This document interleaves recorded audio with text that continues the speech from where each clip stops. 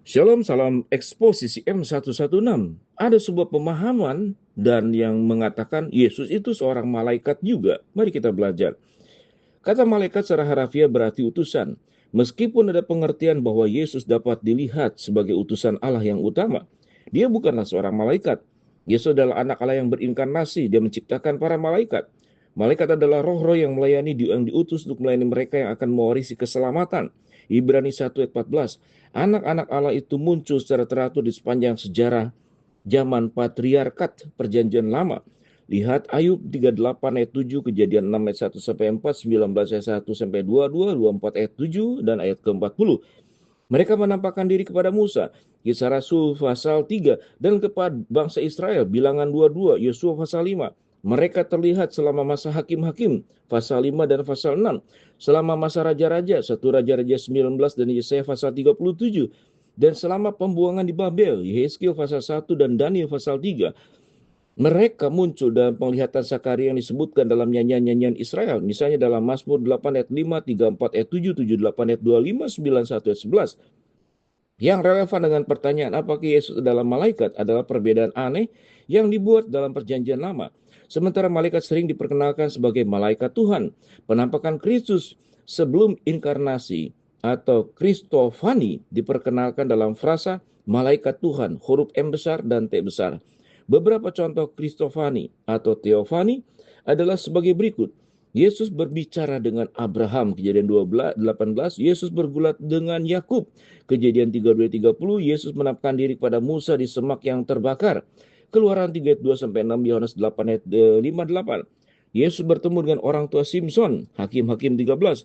Yesus bergabung dengan Sada, Mesa, dan Abednego di tungku api, Daniel 3, 24, 25. Yesus memanggil Yesaya untuk melayani, Yesaya 6 ayat 1 sampai 5, Yohanes 12 ayat ke-4, 1. Kebanyakan orang tidak menyadari kemuliaan Kristus di perjanjian lama karena mereka tidak menyadari bahwa dia telah menyatakan dirinya sepanjang sejarah.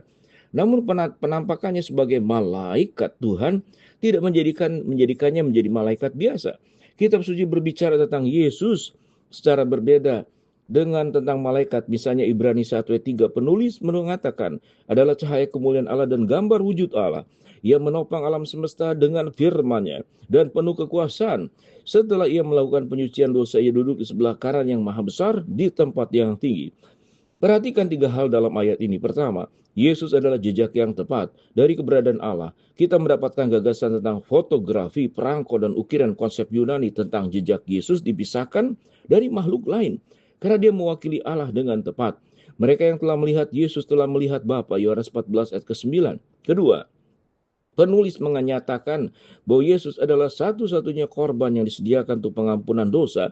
Tugas yang diselesaikan untuk menampilkan rupa Allah dengan sempurna, membayar dengan sempurna kejahatan manusia, tidak pernah dikaitkan dengan malaikat. Ketiga, Yesus duduk di sebelah kanan Allah. Pernyataan ini menjadikan Yesus lebih dari seorang malaikat karena di sebelah kanan Allah adalah tempat kehormatan, kekuasaan, dan otoritas.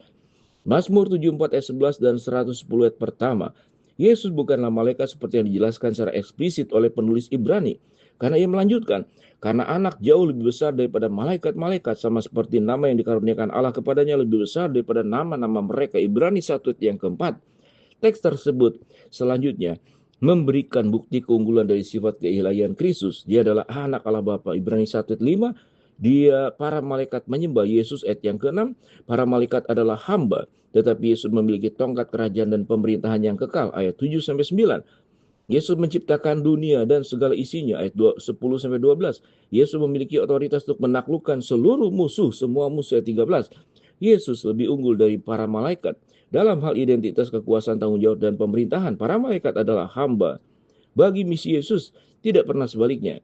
Tidak ada malaikat yang layak menerima kesetiaan kita. Yesus anak Allah adalah otoritas atas segalanya. Dan kita harus memberikan kepadanya nama yang lebih tinggi di atas segala nama. Filipi 2 ayat yang ke-9. Shalom.